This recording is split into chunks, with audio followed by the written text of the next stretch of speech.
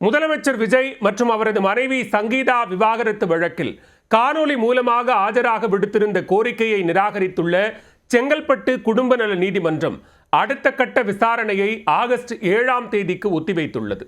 சங்கீதா தொடர்ந்த விவாகரத்து வழக்கின் விசாரணை விவரம் என்ன? தமிழ்நாடு முதலமைச்சரும் தமிழக வெற்றிக் கழகத்தின் தலைவருமான ஜோசப் விஜயிடம் இருந்து விவாகரத்து கோரி அவரது மனைவி சங்கீதா கடந்த 2025ஆம் ஆண்டு டிசம்பர் மாதம் 23ஆம் தேதி செங்கல்பட்டு மாவட்ட நீதிமன்றத்தில் மனு தாக்கல் செய்திருந்தார். இந்த வழக்கு குடும்ப நல நீதிமன்றத்திற்கு மாற்றப்பட்டு விசாரணையில் இருந்து வருகிறது. முன்னதாக இந்த வழக்கு கடந்த ஏப்ரல் 20ஆம் தேதி நீதிமன்றத்தில் விசாரணைக்கு வந்தபொழுது விஜய் மற்றும் சங்கீதா தரப்பில் யாரும் ஆஜராகவில்லை. அதன் பிறகு மே 19ஆம் தேதி வழக்கு மீண்டும் விசாரணைக்கு வந்தது.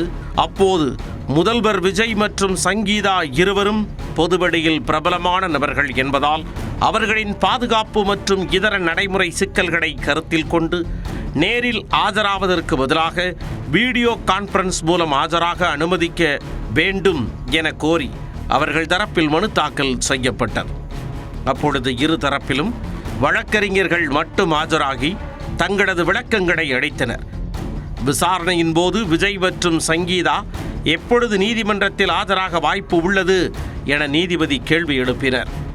அதற்கு ஜூன் மாதத்தில் ஆஜராக வாய்ப்பு இருப்பதாக வழக்கறிஞர்கள் தரப்பில் தெரிவிக்கப்பட்டது. அதை ஏற்று இந்த வழக்கின் அடுத்த கட்ட விசாரணையை ஜூன் 15ஆம் தேதிக்கு ஒத்திவைத்து நீதிபதி உத்தரவிட்டிருந்தார்.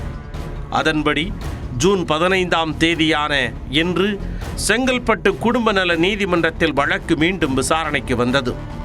விசாரணையின் போது சங்கீதா தரப்பு வழக்கறிஞரிடம் இதுவரை இந்த வழக்கு குறித்த வக்காலத்து ஏன் தாக்கல் செய்யப்படவில்லை என்று நீதிபதி கேள்வி எழுப்பினார். மேலும் வீடியோ கான்ஃபரன்ஸ் மூலமாக ஆஜராக அனுமதி கோரி தாக்கல் செய்யப்பட்டிருந்த மனுவை நீதிமன்றம் தள்ளுபடி செய்தது. அதே சமயம் மனுதாரரான சங்கீதா மற்றும் எதிர் மனுதாரரான முதலமைச்சர் விஜய் ஆகிய இருவரின் மின்னஞ்சல் முகவரிகளையும் நீதிமன்றத்தில் முதலில் சமர்ப்பிக்க வேண்டுமென உத்தரவிடப்பட்டார்.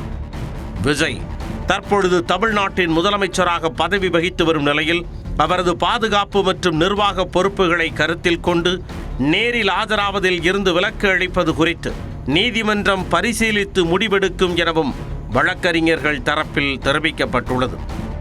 இதுவரை சங்கீதா தரப்பில் மட்டுமே விவாகரத்து கூறி மனு தாக்கல் செய்யப்பட்டுள்ளதாகவும் முதலமைச்சர் விஜய் தரப்பில் இருந்து தனியாக எந்த விவாகரத்து மனுவும் தாக்கல் செய்யப்படவில்லை என்றும் கூறப்படுகிறது.